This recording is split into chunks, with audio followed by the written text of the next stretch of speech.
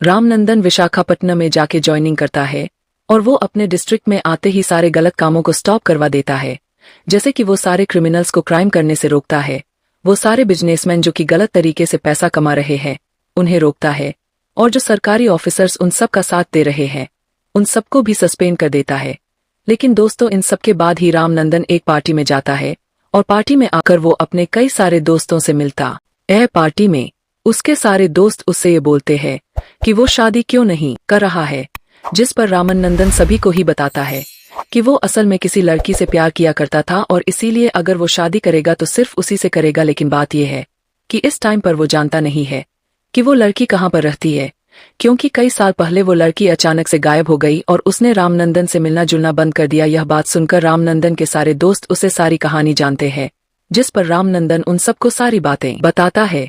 अब दोस्तों, यहीं पर ही स्टोरी स्टार्ट होती है और कहानी 10 साल फ्लैशबैक में जाती है। 10 साल पहले हम ये देखते हैं कि इस टाइम पर रामनंदन कॉलेज में होता है और कॉलेज के अंदर रामनंदन काफी ज्यादा फेमस होता है, क्योंकि रामनंदन कभी भी गलत काम को बर्दाश्त नहीं करता है और जो भी रामनंदन को गलत करते हुए दिखता है वो उसे बहुत पीटता है।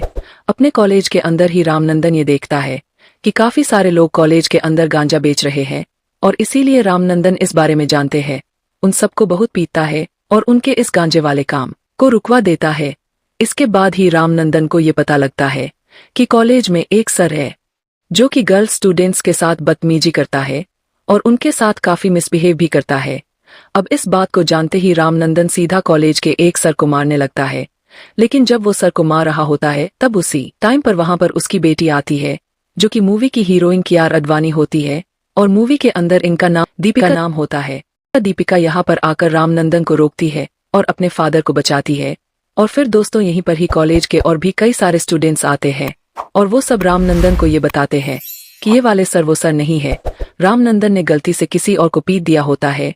और इसीलिए सच्चाई जानने के बाद ही रामनंदन की कियारा अडवाणी यानी कि दीपिका और दीपिका के फादर दोनों से माफी मांगता है जो कि मिसबिहेव करते हैं, जिसका मतलब अब यहाँ पर ही रामनंदन को दीपिका से प्यार हो जाता है, यानी कि लव एट फर्स्ट साइट। और इसीलिए वो दीपिका से मिलता रहता है और उससे काफी सारी बातें करता है।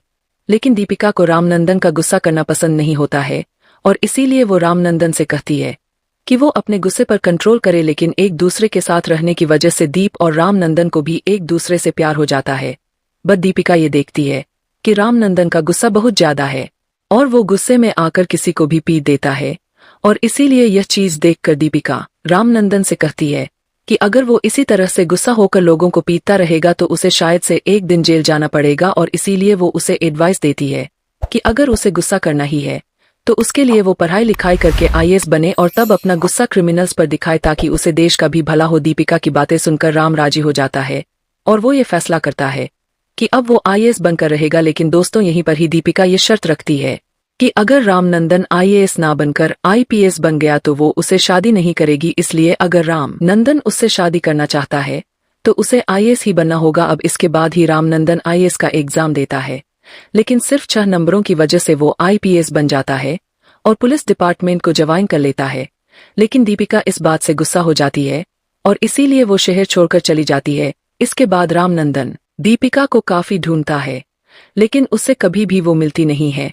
अब दोस्तों, यहीं पर ही कहानी एंड होती है।